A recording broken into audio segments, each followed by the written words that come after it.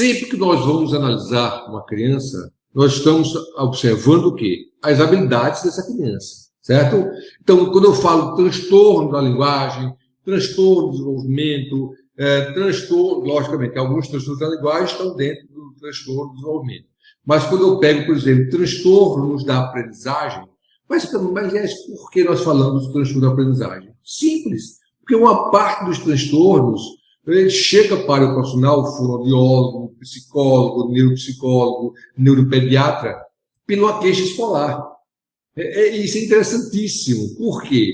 Geralmente os pais não percebem e não têm uma compreensão clínica, obviamente, que a criança apresenta algum tipo de dificuldade. O que vai acontecer?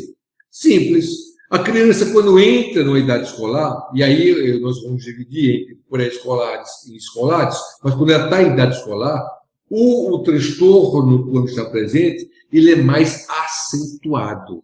Olha só, ele é mais acentuado. Aliás, mas por que ele é mais acentuado? Porque ele vai ser percebido com maior facilidade pela dificuldade que a criança tem em acompanhar o conteúdo escolar e, principalmente, os professores começam a observar o desenvolvimento dessa criança abaixo da maioria da turma.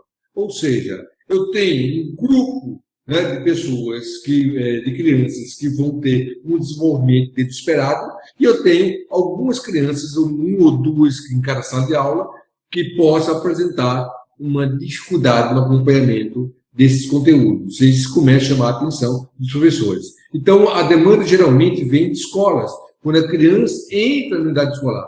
Isso não significa que nós não devemos ter uma preocupação com as crianças que nós chamamos de pré-escolares, tá? Que são essas crianças pré-escolares. Crianças pré-escolares é aquelas que não estão ainda na idade escolar, elas estão na creche, elas estão entrando no processo aí de desenvolvimento infantil em cima do conteúdo, desenvolvimento da linguagem. É aquela criança que tem 3 anos de idade, 4 anos de idade, que não está formalmente, não está na educação formal, certo? Então, o que acontece?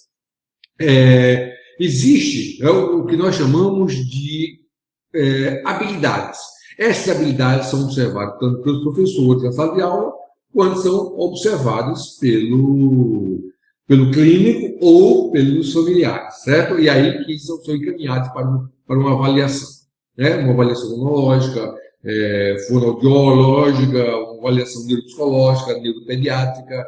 Então, é esse público que chega, que vai trabalhar com criança, no caso, certo? Bom, então, desabilidades observadas são habilidades, do senso numérico, que são habilidades. Olha só, eu vou disponibilizar essa tabelinha para vocês. O senso numérico, dificuldade de estabelecer o senso numérico e estimar quantidades. Olhe bem, estabelecer quantidades.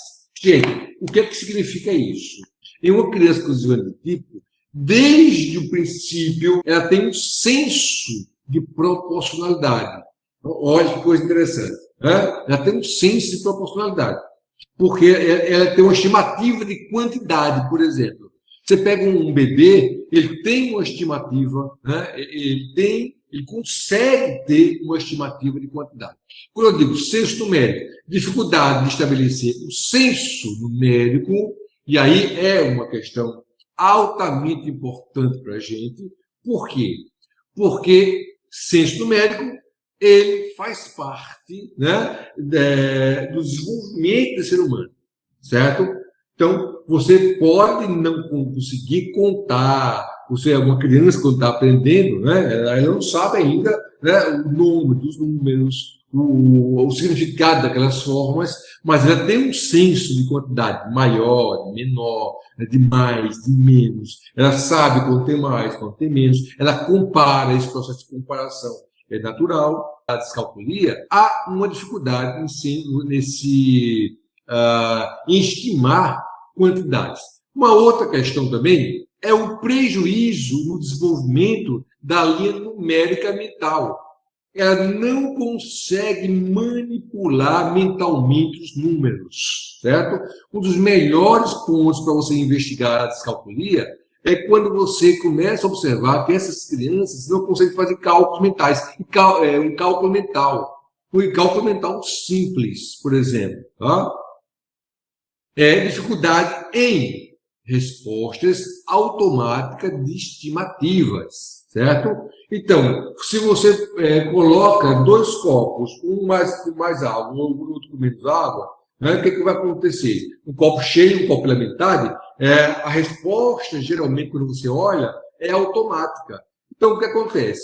Você pega 2 copos, isso não é um teste, pelo amor de Deus, estou dando um exemplo. Tá? Então, se eu pego um copo vazio e um outro copo, e eu coloco mais em um copo, né? E do outro lado eu tenho uma menor quantidade de água, o que eu estou falando? Eu tenho uma resposta automática aqui. Uma criança que tem descalculia, ela não consegue ter esse senso, olha só, essa estimativa de quantidade e uma resposta automática que eu preciso, entende? Então, eu preciso ter uma resposta automática. E aí eu tenho que investigar também isso. Do outro lado, eu tenho também o quê? Dificuldades com conceitos maior ou menor. Entende? Então, se eu pego o 9 e eu pego o 8, o 9 é maior ou menor que o 8. Então, a criança começa a apresentar esse tipo de dificuldade. E aí eu tenho, associado a isso, outros sintomas, outras características dessas habilidades. Então, de um lado, o senso numérico, do outro lado, eu tenho dificuldade com o número também. Então, na descalculia de desenvolvimento, a dificuldade com o número ela é muito, muito visível. Mas você pergunta o seguinte, tá, mas dificuldade com o número, o que significa isso? Então, eu tenho dificuldade de nomear números básicos. Olha só, nós chamamos de transcodificação.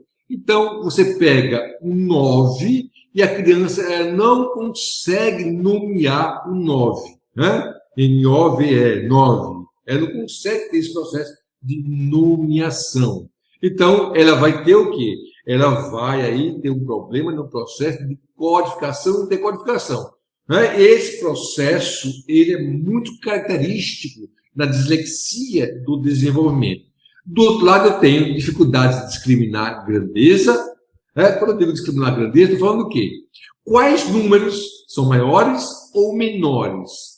Então, geralmente, elas começam aprendendo que o 3 é mais do que 2, certo? Mas quando você vai aumentando o grau de dificuldade, elas não conseguem aprender, não conseguem perceber que o 9 é mais que 8. Então, assim, elas não conseguem ter essa articulação com números. Do outro lado, eu tenho também o que nós chamamos de dificuldades, olha só, dificuldade na compreensão do sistema decimal. Então, há uma grande dificuldade. Quando eu coloco uma vírgula no meio, elas não conseguem compreender o sistema decimal. Há uma dificuldade nessas habilidades numéricas. Então, eu tenho dificuldade no senso numérico, eu tenho uma dificuldade no número, no reconhecimento, na proporcionalidade, eu tenho um reconhecimento em nomear os números. Do outro lado, na terceira característica que nós vamos observar na descalculia do desenvolvimento é a contagem. Bom, dificuldade na aprendizagem, as regras subjacentes às habilidades de contar números em sequência. Então, dificuldade em compreender qual é a regra de contar números em sequência. Bom, associado a isso, eu tenho o quê?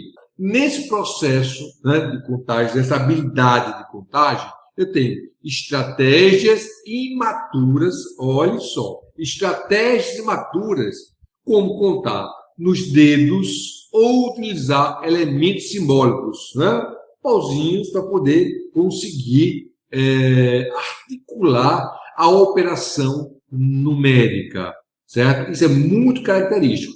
Não estou dizendo que crianças, inclusive adultos que contam no dedo, têm descalculia de desenvolvimento. Não é isso. Ele pode ter uma dificuldade. Na maioria das vezes é uma dificuldade, certo? Mas nós estamos juntando esse conjunto, certo? De sintomas para caracterizar o transtorno. Do outro lado, eu tenho também, né, a dificuldade dessa criança na contagem, na ordem inversa. 9, 8, olha só, 9, 8, 7, 6, 5, alguns testes de descalculia, eles apresentam, né, a contagem na ordem inversa, justamente porque é uma das características que nós devemos observar em crianças que têm esse transtorno do desenvolvimento, tá? A dislexia do desenvolvimento.